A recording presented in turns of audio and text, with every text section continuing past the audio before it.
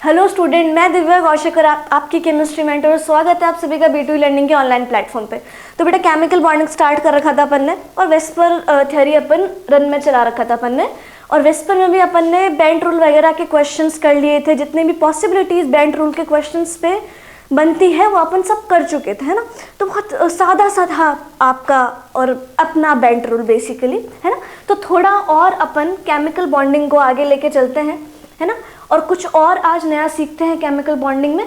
तो सुनना ज़रा, देखना भाई, हमने हाइब्रिडाइजेशन निकालना सीख लिया।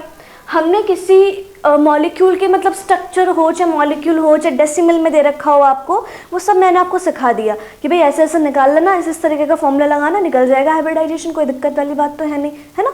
फिर अपन ने शेप वेप निकालना सीखा, ज्योमेट्री, शेप वगैरह, बॉन्ड एंगल, किसमें कितना एंगल है और सब चीज़ें, कितना बॉन्ड पेयर है, कितना लोन पेयर है, टोटल कितना इलेक्ट्रॉन पेयर है, एवरीथिंग अपन बहुत क्लैरिटी के साथ चलते हुए आ रहे हैं चीज़ों पे, है ना।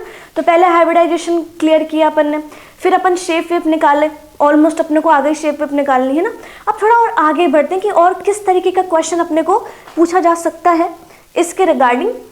तो सुनिएगा ज़रा। अब देखिए एक टर्म होता है बॉन्ड एंगल का, यानी कि दो बॉन्ड के बीच का जो एंगल है वो अपन को देखना होता है। बहुत सिंपल सी टर्म है। अब क्या करता है कभी कभी कि 3-4 मॉलिक्यूल्स दे देता है और पूछता है कि इनमें से किसका बॉन्ड एंगल ज़्यादा है और किसका जाहिर सी बात है कम है ना। तो वो अपने को बताना आना चाहिए कि भाई किस तरीके से अपन बॉन्ड एंगल के क्वेश्चंस को अप्रोच करेंगे, कैसे अपन सॉल्व करेंगे। तो वो सब चीज़ें अपन डिस्कस करने वाले हैं। इम्पॉर्टेंट है, बॉन्ड एंगल के क्वेश्चंस आते हैं, सीक्वेंसेस पूछे जाते हैं, अपने को आना चाहिए, है ना। और बहुत ही सोबर सा चलेगा बॉन्ड एंगल का तो फिनोमिना, मतलब कुछ है नहीं, लगभग सिर्फ 6 स्टेप मैं आपको बताऊंगी। आपको कॉन्टिन्यूसली लगातार एक एक करके स्टेप को फॉलो करना है। लग रहा है तो वो लगा दीजिएगा, नहीं लग रहा है तो आगे अगले स्टेप पे बढ़ जाइएगा बस ये याद रखना है कि सीक्वेंस में उन स्टेप्स को फॉलो करना है अपने को। ऐसा मत करना कि पहला स्टेप मन में आ रहा है तब लगा रहे हैं, 6 वाला तब मन में आ रहा तब लगा रहे हैं, तो वो वाली चीज़ नहीं चलेगी भाई यहाँ पे, है ना। बहुत सीक्वेंसिंग में अपने को ये चीज़ करनी पड़ेगी। तो बहुत ईजी है, 6 स्टेप याद है आपको, सीक्वेंस आपको लगाना आ रहा है। कहीं बॉन्ड एंगल का क्वेश्चन रुक जाए तो बता देना, सवाल ही पैदा नहीं होता कि रुक जाएगा, है ना। तो चलिए ज़रा आगे बढ़ते हैं। अब क्या ज़रूरी है बॉन्ड एंगल के क्वेश्चंस के लिए और अपने को क्या सीखना पड़ेगा बॉन्ड एंगल निकालने के लिए। तो हेडिंग डालते हैं अपन,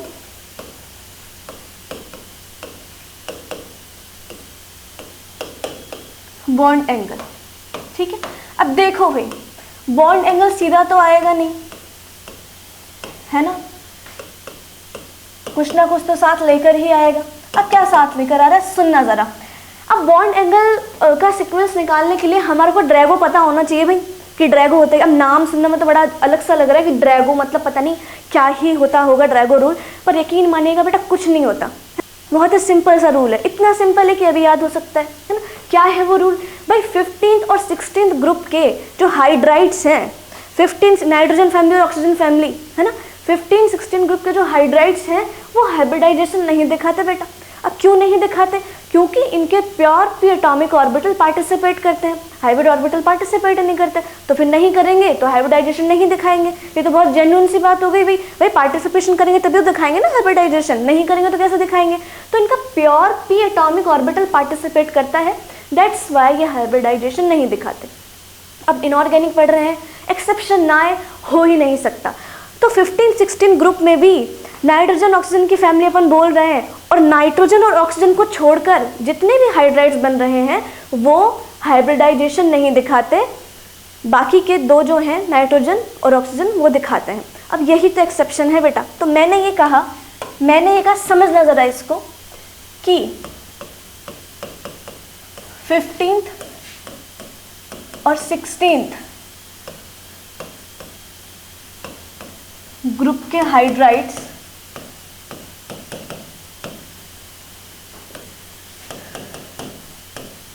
हाइब्रिडाइजेशन शो नहीं करते, डजंट शो हाइब्रिडाइजेशन। क्यों नहीं करते, रीजन क्या है इस बात का भाई। रीजन बहुत सिंपल है कि इनके pure p atomic orbitals participate करते हैं। ठीक है, बहुत सिंपल है ना। अब एक्सेप्शन में भी अगर देखा जाए, एक्सेप्शन में भी अगर देखा जाए तो 15/16 के हाइड्राइड्स में से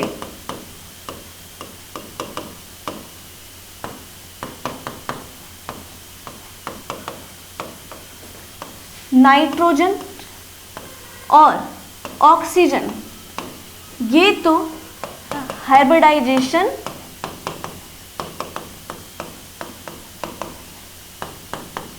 शो करते हैं बड़े ही आराम से।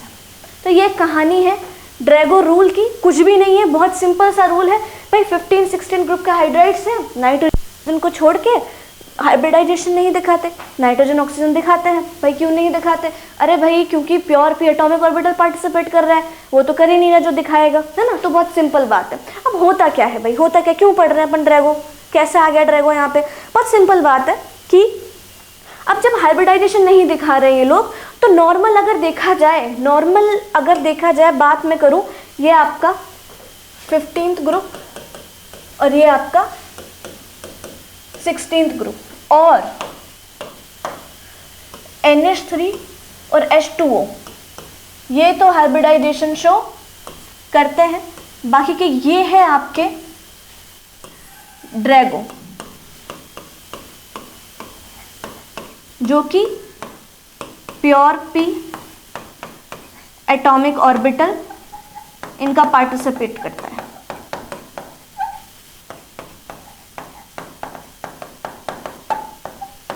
समझे?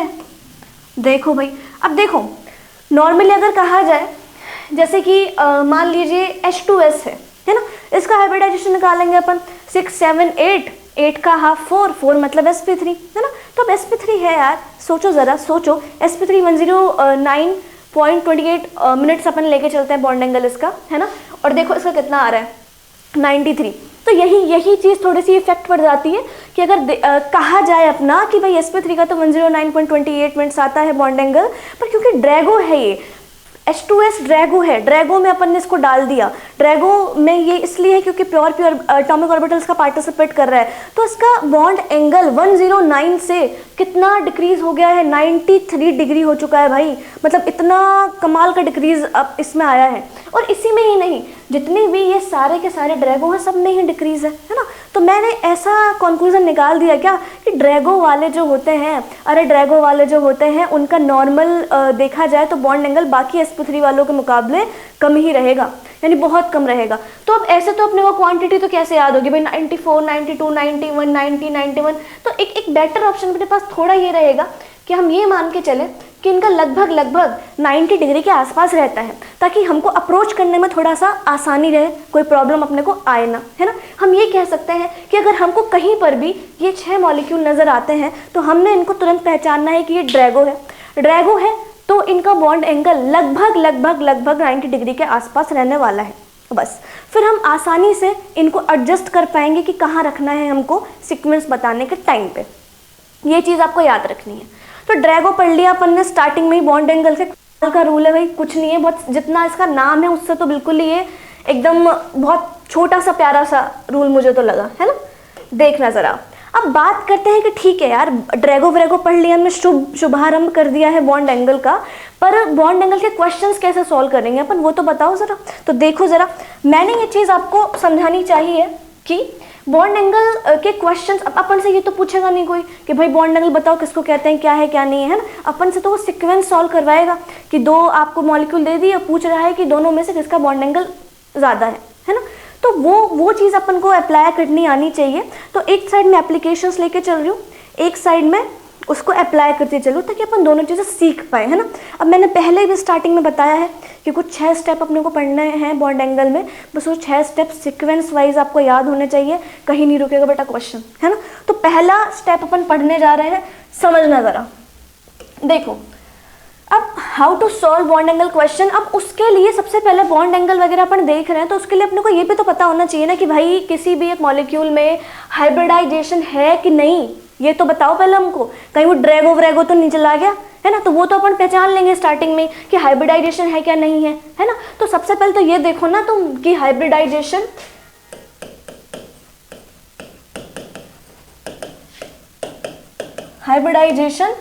है कि नहीं है, पहले तो यही चेक कर लो, उसके बाद बढ़ेंगे आगे तो कि करना क्या है ना। तो पहले तो यही चेक करेंगे कि कहीं ड्रैगो व्रैगो तो नहीं है, हाइब्रिडाइजेशन होना चाहिए, उसके बाद देखते हैं करना क्या है। चलो मान लिया कि है, सामने वाले में हाइब्रिडाइजेशन है, तो दूसरा स्टेप क्या कहता है, अगर हाइब्रिडाइजेशन जो है आपका, हाइब्रिडाइजेशन आपका प्रेजेंट है, यानी कि है सामने वाले मॉलिक्यूल में, तो कौन सा है भाई, कौन सा है, sp है, sp2 है, sp3 है। क्योंकि अगर sp है तो बॉन्ड एंगल 180 डिग्री आएगा आपका, बॉन्ड एंगल 180 डिग्री आएगा। sp2 है तो 120 डिग्री आएगा और sp3 है तो 109.28 मिनट आएगा। Very simple. और आपको, मुझे नहीं लगता कोई तकलीफ होनी चाहिए इस चीज़ को बताने में कि अगर sp, sp2, sp3 की मैं बात करूं तो बॉन्ड एंगल सबसे ज़्यादा sp का, और फिर थोड़ा सा sp2 का, फिर थोड़ा और sp3 का, यानी कम जा रहा है sp3 का, तो है ना। तो ये आपके बॉन्ड एंगल का एक बेसिक जेन्युइन, मैंने बोला कि ये बॉन्ड एंगल आपके रहने वाले हैं sp, sp2 और sp3 के, ठीक है। तो पहले तो यही पता कर लेना कि मॉलिक्यूल जो है वो हाइब्रिडाइजेशन रख रहा है नहीं रख रहा है, कहीं वो ड्रैगो व्रैगो नहीं है तो उसको अलग करना पहले, ड्रैगो व्रैगो है तो, क्योंकि उसका तो बहुत ही कम जाने वाला है। अरे उनका तो इन तीनों से कम ही चला जाएगा, 90 के आसपास होता है ना। इनमें तो लोवेस्ट ही 109 है और उसका तो और भी कम है फिर तो, है ना, ठीक है। फिर ये देख लेना कि भाई अगर है तो कौन सा है, ये भी देख लेंगे। अब तीसरा हमारे पास क्रिस्प ये आता है इस चीज़ का कि चलो ठीक है अगर 3 मॉलिक्यूल दिए तो 3 के अलग अलग 3 हाइब्रिडाइजेशन आ गए, एक का sp आया, sp2 आया, sp3 आया, तो हम तो कर डालेंगे उस चीज़ को, हम तो बता देंगे कि भाई सबसे ज़्यादा sp का, फिर sp2 का, फिर sp3 का। पर अगर क्या हो कि हमारे पास 2 मॉलिक्यूल आ जाए और सेम हाइब्रिडाइजेशन आ जाए, यानी कि आपके पास 2 मॉलिक्यूल है a और b, इसका भी sp2 है, इसका भी sp2 है। अब क्या करेंगे फिर अपन, अब फंस गए अपन तो, है ना। तो फिर उसके लिए भी, समस्याओं के लिए समाधान बहुत आसानी से उपलब्ध है आपके पास। तो वो समाधान क्या है, ये समाधान है ना। तो देखना जरा एक बार, एक टर्म मैं आपको इंट्रोड्यूस करा रही हूँ, कमाल की टर्म है, समझना इसको।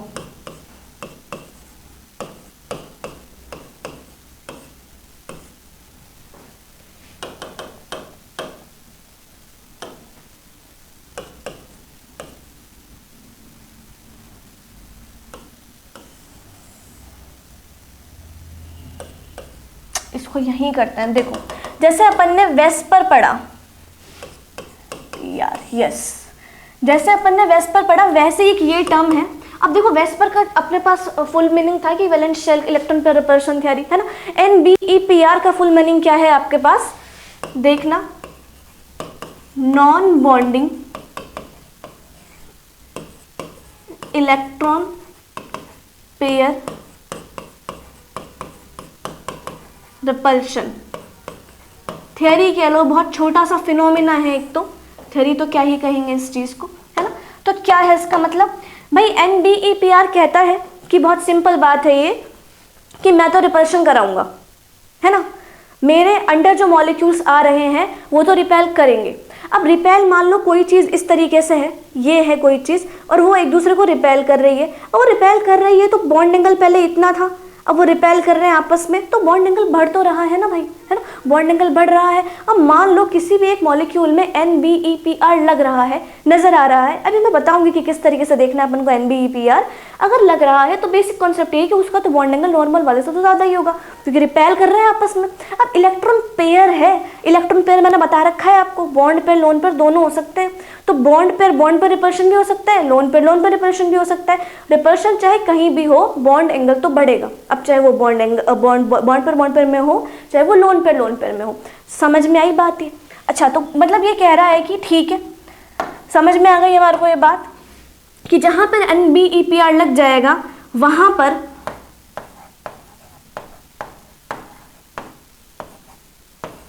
थीटा का जो वैल्यू है यानी कि आपके बॉन्ड एंगल का जो वैल्यू है वो 109 डिग्री 28 मिनट से तो ज़्यादा ही, ये थोड़ा सा कॉमा में है, इसको थोड़ा सही करना बेटा, दैट्स इट, यस। तो जहाँ भी NBEPR लग रहा है वहाँ पर बॉन्ड एंगल तो बढ़ जाएगा, बढ़ेगा भी कितना, 109 डिग्री 28 मिनट से ज़्यादा ही हो जाएगा वो बॉन्ड एंगल, ठीक है ना। अब लगेगा कैसे NBEPR वो जानना ज़रूरी है हमारा, तो देखना भाई, देखना NBEPR कह रहा है कि मैं आपको दो मॉलिक्यूल दे रहा हूँ, 2 टाइप्स के मॉलिक्यूल दे रहा हूँ। एक तो मैं आपको दे रहा हूँ ऑर्गेनिक मॉलिक्यूल और एक मैं आपको दे रहा हूँ इनऑर्गेनिक मॉलिक्यूल कह लो या एटम कह लो या ग्रुप कह लो, पर इनऑर्गेनिक वाला हिसाब किताब है यहाँ पे, है ना। तो कौन कौन से हैं, जैसे वो मैंने कहा, जैसे मैथिल हो गया, जैसे एथिल हो गया, जैसे COOH हो गया, कार्बोक्सिलिक हो गया, है ना, ETC, यानी ऑर्गेनिक मॉलिक्यूल है सारे, हैं। जैसे कि Cl हो गया, Br हो गया, I हो गया, ETC, ये सब इनऑर्गेनिक मॉलिक्यूल है। अब फ़र्क क्या है इनमें भाई, फ़र्क इतना है कि ये लोग बॉन्ड पेयर रिपल्शन में बिलीव रखते हैं और ये लोग लोन पेयर में कि रिपल्शन में बिलीव रखते हैं। समझ गए ये बात, बहुत सिंपल सी बात कही मैंने, तो कुछ भी नहीं है इसमें, तो भाई कुछ भी नहीं है। अरे बहुत क्लियर बात है कि जब हाइब्रिडाइजेशन सेम आ जाए तो NBEPR चेक कर लेना भाई, कहीं कोई इनमें से, बहुत सीधी बात अगर मैं बोलूँ, कहीं इनमें से कुछ तो नहीं लग रहा, अगर लग रहा है तो फिर रिपल्शन होगा और बॉन्ड एंगल बढ़ेगा, ये बात याद रखना, है ना। तो अगर मैं सीधी सी बात कहूँ कि ये अप्लाई कब करना है आपको, if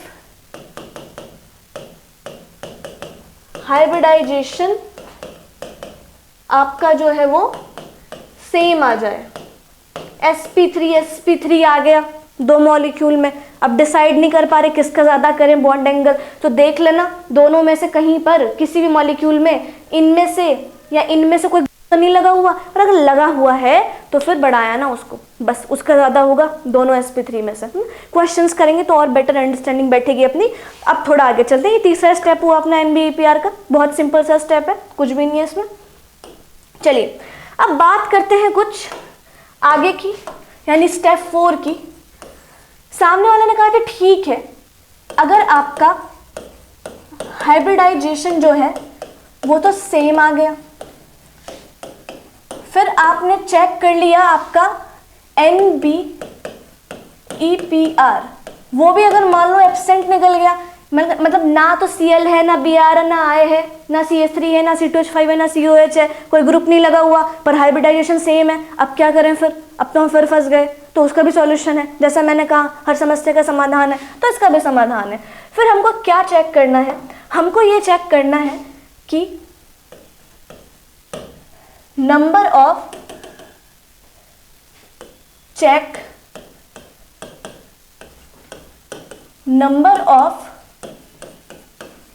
loan pair in central atom. तो लोन पेयर बढ़ेगा तो बॉन्ड एंगल कम हो जाएगा, ये बात याद रखना। जैसे मैंने कहा, एक एग्जांपल देखिए, CH4NH3H2। सबसे पहले तो देखो हाइब्रिडाइजेशन है क्या नहीं, सबसे पहले तो ये देखो, मतलब कि कोई ड्रैगो तो नहीं है इसमें भाई, NH3 ड्रैगो नहीं है। अपन बात करके आ चुके हैं कि ये बड़ा हिसाब किताब है ना। देखो जरा देखो, कई लोग तो NH3 देख के ऐसे चौंक गए होंगे, अरे ड्रैगो, अरे नहीं है भाई, ये ड्रैगो नहीं है। ड्रैगो सिर्फ ये है, ये ड्रैगो नहीं है, ये ड्रैगो, ये 6 मॉलिक्यूल ड्रैगो हैं आपके, एक्सेप्शन है, ड्रैगो नहीं है NH3H2। कभी भूल जाओ ना, ध्यान रखना इस चीज़ को, है ना। तो देखो अब ड्रैगो तो है नहीं, मतलब हाइब्रिडाइजेशन है, चेक हो गया। फर्स्ट रूल अपन ने चेक किया, नहीं है ड्रैगो। दूसरा रूल चेक करा, हाइब्रिडाइजेशन है तो कौन सा है, आओ पता कर लेते हैं। 4 और 4 8, 8 का हाफ, यानी कि sp3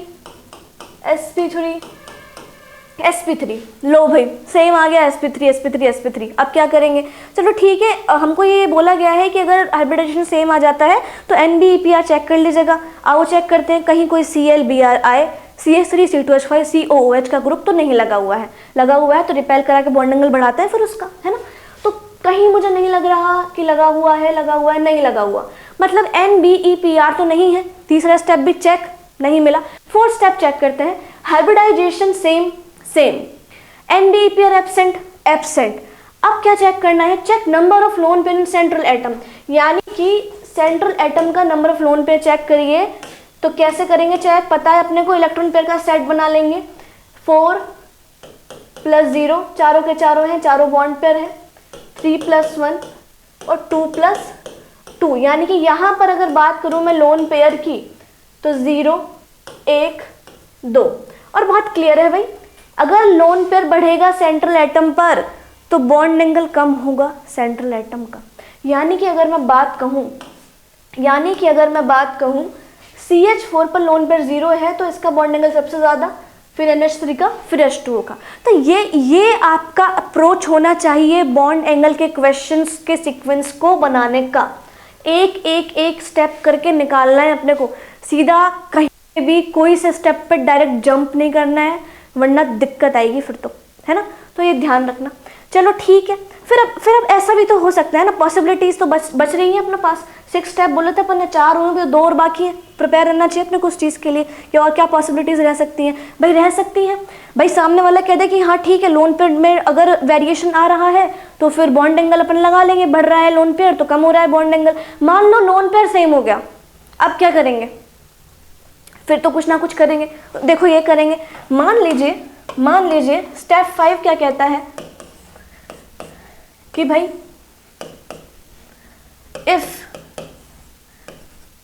number of lone pair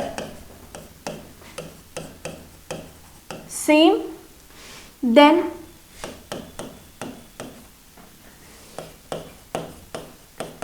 check electronegativity of central atom. ठीक है भाई, आओ चेक करते हैं। तो ऐसा कहते हैं कि अगर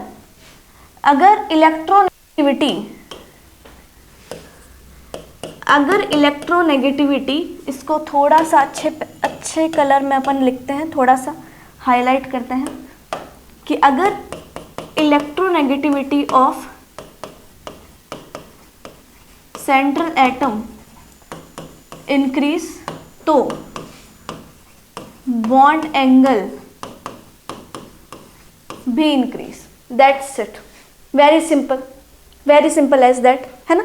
तो मैंने कहा चलो अप्लाई करके देखते हैं अपन। तो अपन जितना अप्लाई करेंगे ना एप्लीकेशंस को, उतना बेटर रहेगा अपने लिए बेटा, है ना। तो देखो मैंने लिख रखा है एग्जाम्पल, कैसे अप्रोच रखना है अपन को इसका। देखो ये 3 एग्जाम्पल आपके सामने, वही स्टेप 1 से अप्रोच करते आ रहे हैं कि हाइब्रिडाइजेशन है क्या नहीं। पहली बात तो ये तय होना चाहिए।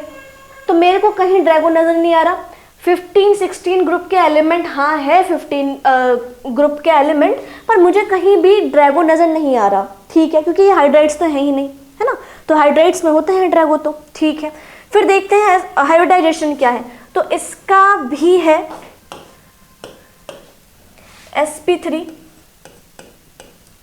इसका भी है sp3 और इसका भी है sp3। ये तो सेम आ गया। अब क्या कर सकते हैं फिर, चलो ठीक है, अगला स्टेप चलते हैं अपन NBEPR का। क्या कोई chlorine, bromine, iodine, CH3C2H5 COOH NO2 SH वगैरह कुछ लगा हुआ है क्या? भाई नहीं लगा हुआ। मतलब कि कह सकते हैं कि हाइब्रिडाइजेशन सेम, NBEPR एब्सेंट। चलो ठीक है, 4th स्टेप चेक करते हैं। लोन पेयर देख लो, 3+1 का सेट प्रोवाइड है, 3+1 का सेट प्रोवाइड है, 3+1 का सेट प्रोवाइड। अगर देखा जाए तो लोन पेयर यहाँ पे 1 1 1। लो भाई, अब की बार लोन पेयर सेम आ गया। क्या करें, कर रहे हैं 5th स्टेप पे चलते हैं। If number of lone pair same then check electronegativity of central atom.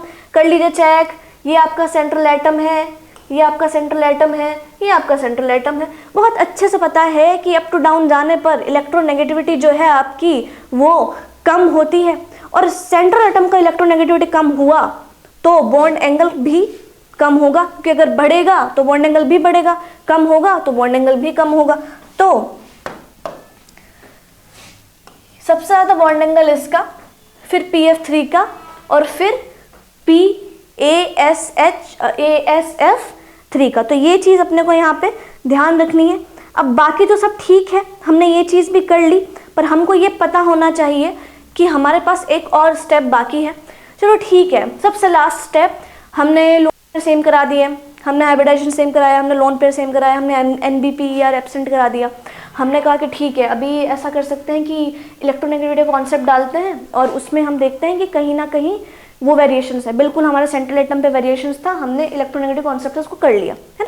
अब ये बात ध्यान रखना, सेंट्रल एटम राजा होता है, सेंट्रल एटम राजा होता है, और अगर राजा की इलेक्ट्रोनेगेटिविटी बढ़ेगी तो प्रजा का बॉन्ड एंगल बढ़ेगा ही बढ़ेगा, ये चीज़ याद रखना, है ना। पर अब बात करते हैं कि क्या हो कि जो राजा है वही सेम हो जाए, ऑक्सीजन ऑक्सीजन दोनों पे सेंट्रल एटम आ गया। अब फिर क्या करेंगे भाई, फिर 6th स्टेप जो आपका लास्ट स्टेप है वो फॉलो करने वाले हैं। तो हमने कहा कि इफ सेंट्रल एटम जो है आपका वो सेम हो जाए तो check electronegativity of surrounding atom. तो क्या है ये कहानी, अगर सराउंडिंग एटम का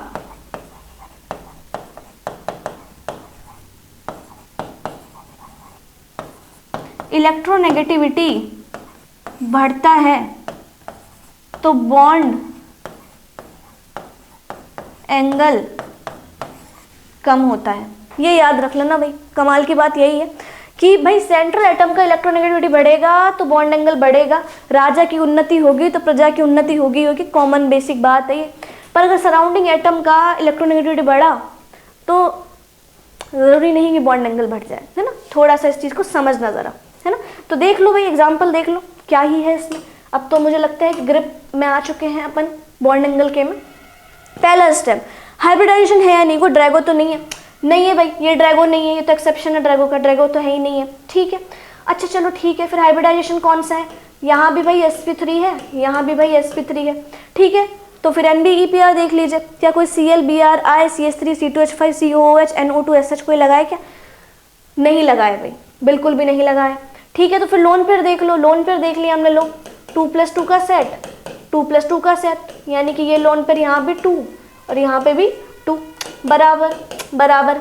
चलो सेंट्रल एटम का इलेक्ट्रोनेगेटिविटी चेक करो, मत करो चेक, क्योंकि दोनों में सेंट्रल एटम सेम है, यही तो दिक्कत आ गई अपने को। अगर ये सेम आए तो क्या करना है फिर, तो अब चेक करेंगे सराउंडिंग एटम का इलेक्ट्रोनेगेटिविटी बेटा, और अपने को पता है कि बढ़ेगा तो बॉन्ड एंगल कम होगा।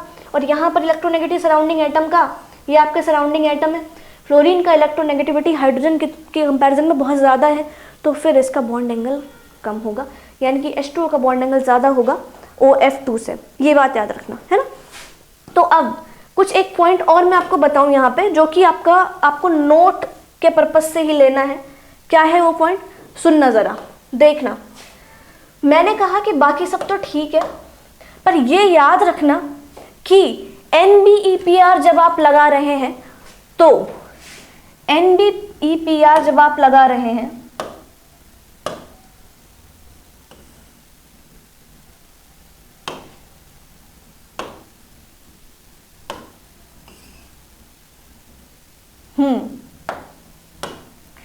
तो ये नोट याद रखना कि molecule have one lone pair.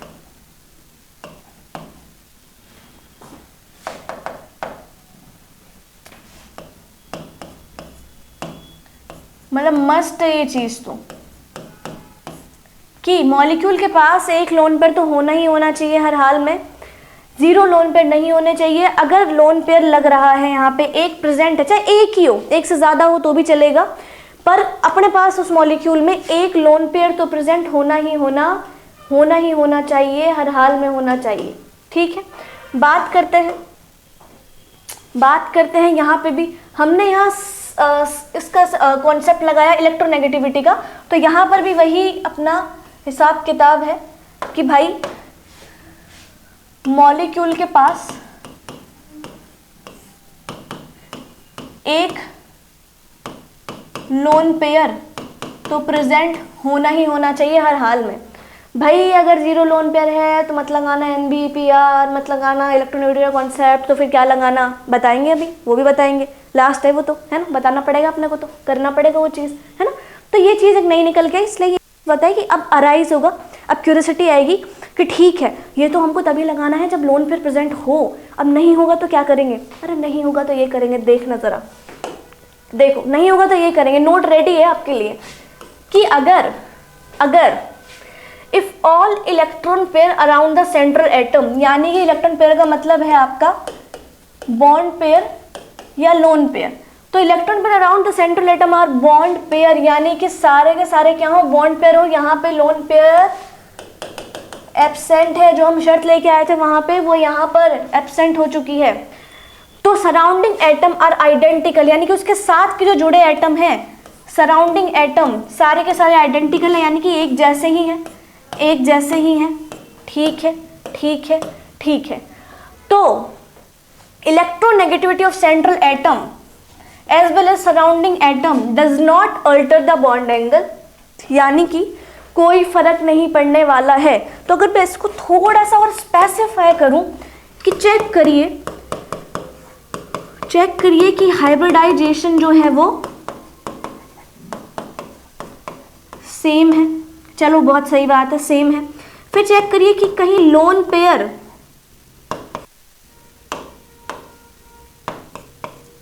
Pair आपका एब्सेंट है, ठीक है, एब्सेंट है।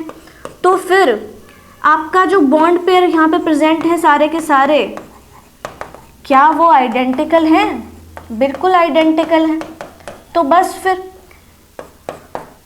अगर आपका हाइब्रिडाइजेशन सेम है, जैसे मान लीजिए मैंने एक एग्जांपल यहाँ से हटा के यहाँ रखा कि BCl3 और BF3 की बात करते हैं अपन, कोई ड्रैगो है? नहीं है, बहुत सही बात है। हाइब्रिडाइजेशन देखते हैं, BCl3 यानी कि sp2, ठीक है, सेट बनाइए 3+0, 3+0, ठीक है। अब क्या करेंगे, NBEPR, हाँ लग रहा है BCl3 में, पर NBEPR तो तभी अलाउड है भाई जब लोन पेयर प्रेजेंट हो, आपके पास एक ही OH है पर होना चाहिए, यहाँ तो नहीं है, तो यहाँ तो फिर NBEPR नहीं लग पाएगा अपना, है ना। फिर क्या लगेगा, कुछ नहीं लगेगा भाई। फिर सीधा सीधा बोला है कि जब हाइब्रिडाइजेशन सेम हो, लोन पेयर एब्सेंट है और जो बॉन्ड है वो आइडेंटिकल है, यानी कि एक जैसे हैं, तो इनका इलेक्ट्रोनेगेटिविटी भी कोई फर्क नहीं डालेगा आपको, तो इनका बॉन्ड एंगल आपको क्या करना है, बराबर, यानी कि यहाँ पर सभी का 120 डिग्री है बॉन्ड एंगल, बराबर है, बराबर है, बराबर है।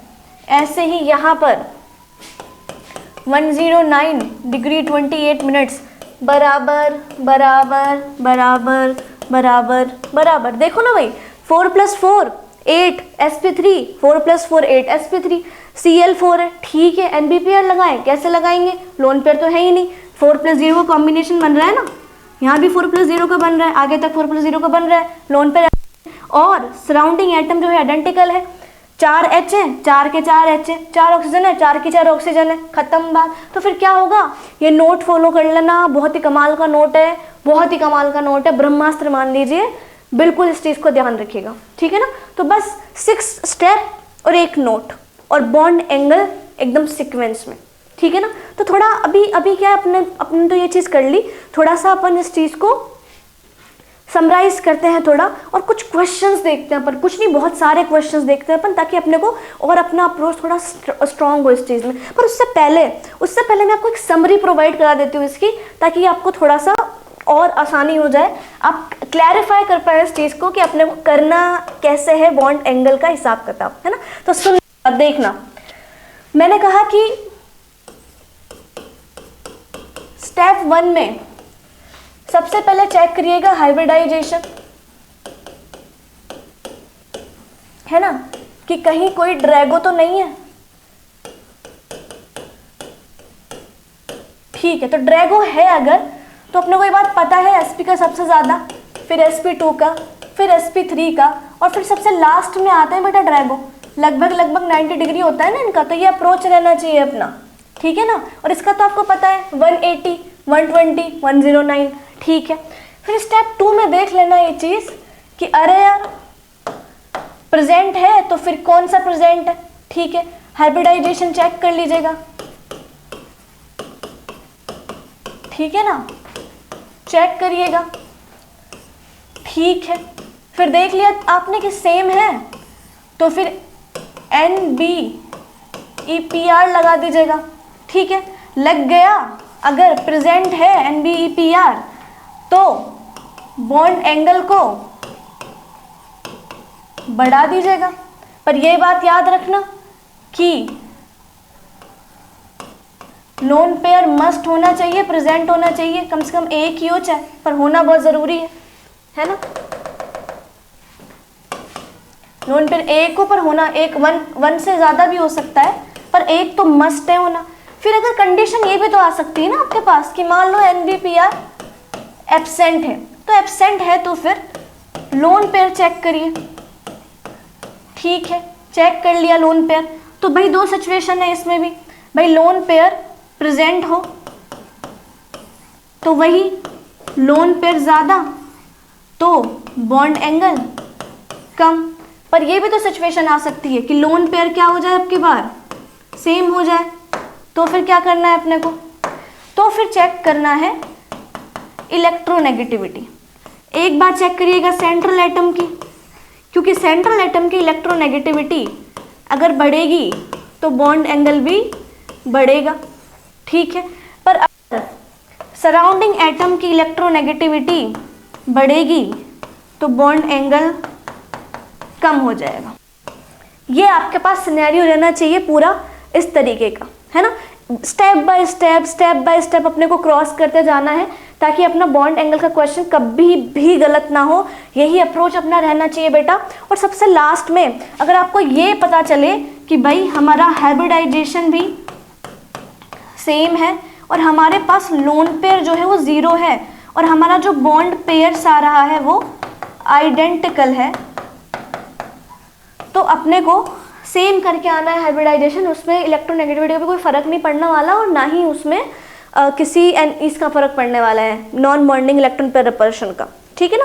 तो ये अपना अप्रोच रहने वाला है बॉन्ड एंगल का। बहुत इजी सी चीज़ है भाई, कुछ भी नहीं है। स्टेप बाय स्टेप आपको फॉलो करना और कुछ नहीं करना, क्वेश्चन अपने आप अप्रोच होता चला जाएगा। चलिए थोड़ा सा और आगे चलते हैं, अपन कुछ प्रैक्टिस कर लेते हैं ताकि कॉन्फिडेंस में आए अपन अपने आप के, है ना, कि भाई हमें आ गया है चीज़, हमने पढ़ा है ये, है ना। तो देखना ज़रा, एक एक क्वेश्चन एक्सप्लेन करते हुए चलते हैं, समझते हुए चलते हैं। भाई पहला क्वेश्चन देखो, PS3 PF3 का बॉन्ड एंगल पूछ रहा है, ज़्यादा किसका है।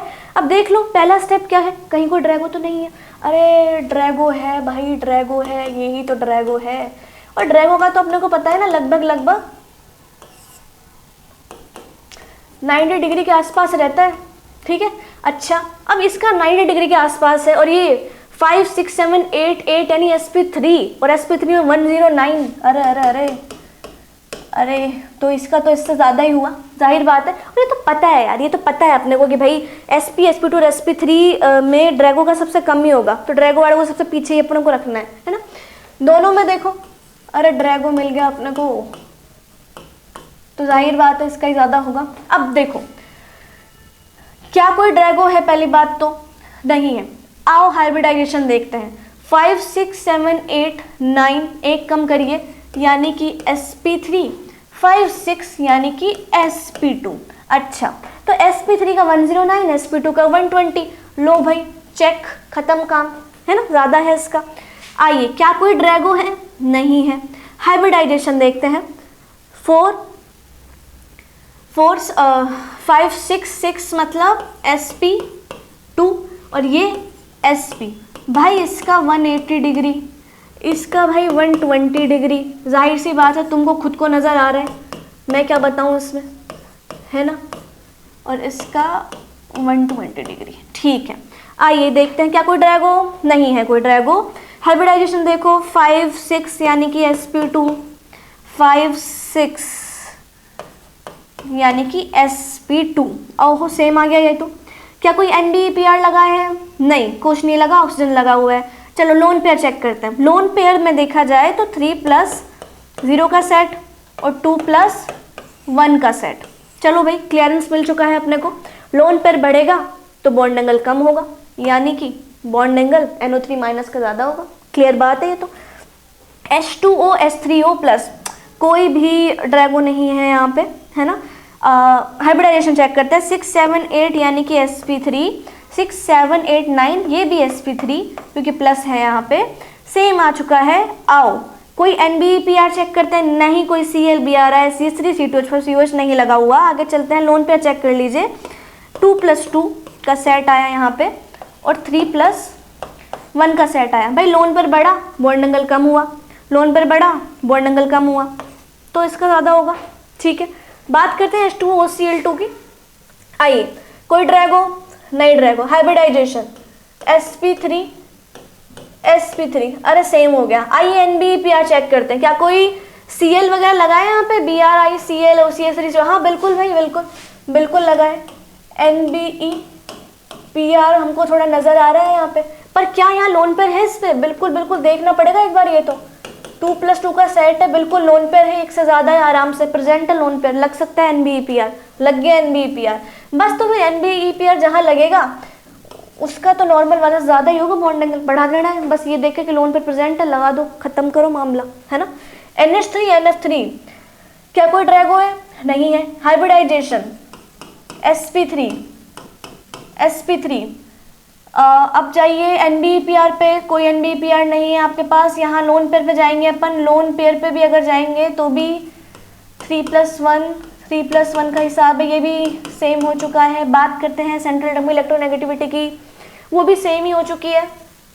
ठीक है, अब करते हैं सराउंडिंग एटम की। तो सराउंडिंग एटम का इलेक्ट्रोनेगेटिविटी बढ़ेगा तो बॉन्ड एंगल कम होगा, यानी कि ये हिसाब किताब होगा। बात करते हैं NO2+ NO3- की, क्या कोई ड्रैगो नहीं है ड्रैगो। हाइब्रिडाइजेशन 5 और 4 मतलब sp, 5, 6 sp2, तो जाहिर सी बात है, ख़त्म बात यहीं पे। NH3 BF3 PH3 में कोई ड्रैगो है क्या? बिल्कुल है ड्रैगो, ये रहा ड्रैगो, ये रहा ड्रैगो, है ना। आओ, ड्रैगो मिल गया। अब चलते हैं हाइब्रिडाइजेशन पे। तो 5, 6, 7, 8 sp3 और 3+3 6 का हाफ 3 यानी sp2, 5, 6, 7, 8 sp3। चलो इसको तो सबसे कम में ही रखना है ना। तो बात करते हैं sp2 का है आपका 120 और इसका है 109 समथिंग कुछ, 107 कह लीजिए भाई, है ना। और इसका तो अपने को पता है लगभग 90 रहता है, तो साफ साफ नज़र आ रहा है कि इसका सबसे ज़्यादा, फिर इसका और फिर इसका। ठीक है, करेक्ट। H2O F2OCl2, ठीक है। क्या कोई ड्रैगो है? हाँ, नहीं है ड्रैगो, ठीक है। एंड हाइब्रिडाइजेशन बिल्कुल 6, 7, 8 6, 7, 8 6, 7 सेम हाइब्रिडाइजेशन है। sp3 sp3 sp3, even set भी सेम बन रहे हैं, 2+2 2+2 2+2, सब में 2 बॉन्ड एंगल है। ठीक है, क्या कोई NBEPR लग रहा है? बिल्कुल बिल्कुल बिल्कुल लग रहा है NBEPR, बिल्कुल नज़र आ रहा है अपने को। OCl2 में लगा हुआ है, Cl लगा हुआ है यहाँ पे, तो ये आपका NBEPR भी हो गया यहाँ पे, NBEPR हो गया। और इससे तो क्या होता है पता है ना अपने को, बॉन्ड एंगल बढ़ेगा ही, इसका तो सबसे ज़्यादा ही होगा। देखना ज़रा, तो NBEPR नज़र आ रहा है यहाँ पे। और इसका अगर देखा जाए तो अपना सीक्वेंस क्या रहेगा, सबसे ज़्यादा रहेगा 3 वाले का, यानी OCl2 का। फिर कंपैरिजन करें इन दोनों में, तो वो लोन पे सेंट्रल एटम सेम है। सराउंडिंग एटम की इलेक्ट्रोनेगेटिविटी में जाएंगे तो फिर इसकी बढ़ेगी, तो बॉन्ड एंगल इसका कम होगा, यानी कि 1 और 2 ये रहने वाला है सीक्वेंस। क्या दिया हुआ है 2 और 3? नहीं भैया, गलत है, ये गलत है, इसको थोड़ा सा गलत करना है अपने को यहाँ पे। करेक्ट सीक्वेंस ये है, ठीक है। CS2SCO3 SO3 -2H2O, थोड़ा 4 मॉलिक्यूल वाला भी कर लेते हैं, अपने को आसानी रहेगी, इसमें क्या दिक्कत है ना। तो 4 यानी sp, ठीक है। 6 यानी sp2, 6 प्लस sp3 और sp3, ठीक है। तो इसका तो सबसे ज़्यादा ही हुआ क्योंकि 180 डिग्री आ गया है स्टार्टिंग में ही, इसका 120 डिग्री आ गया है, तो इन दोनों में से इसका ज़्यादा, फिर इसका। अब बात करते हैं इन दोनों की, तो इन दोनों में अगर देखा जाए तो सेट बनेगा 3+1 का, थोड़ा अच्छा लिखते हैं, 3+1 का। और इसमें देखा जाए तो सेट बनेगा 2+2 का, ठीक है। और लोन पे जिसका बढ़ेगा उसका तो बॉन्ड एंगल कम होगा, तो लोन पे इसका, तो इसका बॉन्ड एंगल कम, यानी कि 4th लास्ट में जाएगा अपना, तो यूँ कह दोगे सॉरी, सबसे ज़्यादा इसका, फिर इसका, फिर इसका, और देन फिर सबसे लास्ट में उसका। सिंपल एज दैट, है ना। तो ये चीज़ें अपने आप, तो बस मुझे ऐसा लगता है कि आपको एक समरी जो मैंने प्रोवाइड कराई है वो आपको एकदम बिल्कुल क्लियर रहनी चाहिए। ये समरी है आपकी, इंपॉर्टेंट है बेटा, सारा अभी जो भी पढ़ाया अपन ने सब इसमें क्लियर हो गया अपना को, है ना। तो थोड़ा आप खुद भी बना के देखिएगा और क्वेश्चन लगाइएगा बॉन्ड एंगल के, है ना, लग जाएंगे आराम से, कोई दिक्कत वाली बात नहीं है। बहुत आराम से सीक्वेंस वाइज फॉलो करिएगा, कहीं नहीं रुकेगा क्वेश्चन आपका, यकीन मानिए, है ना। तो बिल्कुल आज के लिए इतना ही रखते हैं अपन यहाँ बॉन्ड एंगल पे, और क्वेश्चंस लगाइएगा बॉन्ड एंगल के, तब थोड़ा और क्लैरिटी रहेगा। थ्योरी आपको ऑन टिप्स होनी चाहिए बॉन्ड एंगल की, कैसे मैंने सीक्वेंस फॉलो करे, 1st, 2nd, 3rd, 4th, 5th, 6th, और फिर अगर नोट लग रहा है तो नोट भी देख लेना, है ना। तो ये चीज़ आपको क्लियर रहनी चाहिए। और बस आज के लिए इतना ही रखते हैं, मिलते हैं अगले लेक्चर में, तब तक के लिए पढ़ते रहिए, बढ़ते रहिए। Thank you so much.